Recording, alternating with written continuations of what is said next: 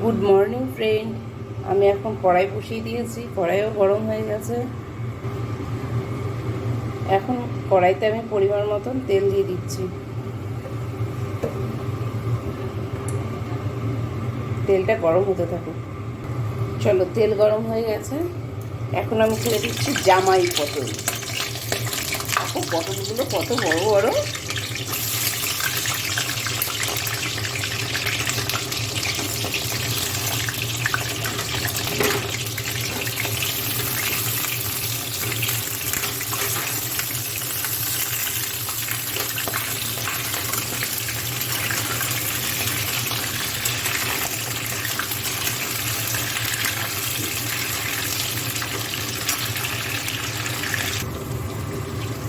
আমি এখন একটু নুন অ্যাড করে দিলাম, আর তার সাথে হলুদও অ্যাড করে দিলাম। খুব ভালো করে পটলটা কিন্তু ভাজতে হবে বন্ধুরা।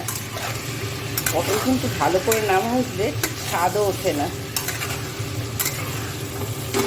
তো এটা ভাজা হতে থাকুক, আমি ততক্ষণে মশলাটা করে দেখি। দেখো, আমি লঙ্কা, খানিকটা আদা আর নারকেল করে নিয়েছি।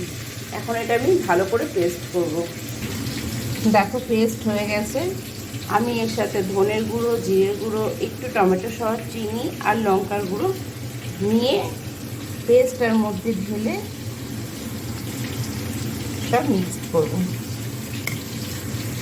এদিকে আমার পটলও দেখো সুন্দর ভাজা ভাজা হয়ে গেছে, প্রত্যেকটা পটল। তো আমি এই সময় সমস্ত মশলাটা অ্যাড করে দেবো।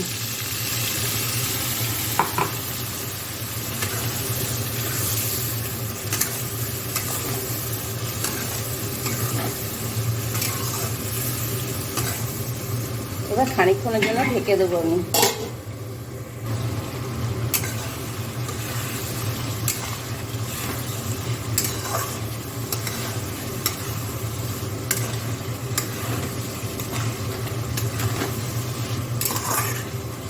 এইভাবে রান্না করে খেয়ে দেখবে বন্ধুরা, হেভি লাগে, হেভি।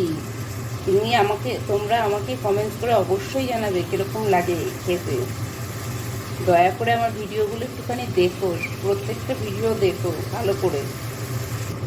কথা দিলাম, এইভাবে যদি রান্না করে খাও মাছ মাংস যাবে ভুলে। আর আমি এখানে খানিকটা টক দই গুলিয়ে রেখেছিলাম, ঠিক নামানোর আগে আমি এভাবে দিয়ে দেবো।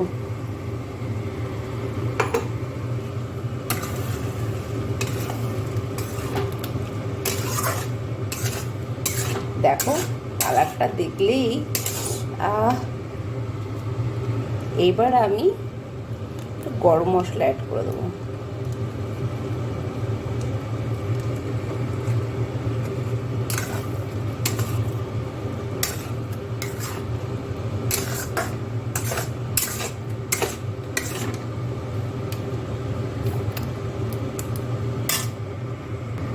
আবার খানিকক্ষণের জন্য একটু ঢেকে দেবো। দেখো, ঝোলটা আমার হয়েই গেছে, আমি এখন নামাবো। তোমরা এইভাবে রান্না করে আমাকে কমেন্টে জানাবে কীরকম লাগলো। Tata, bye bye.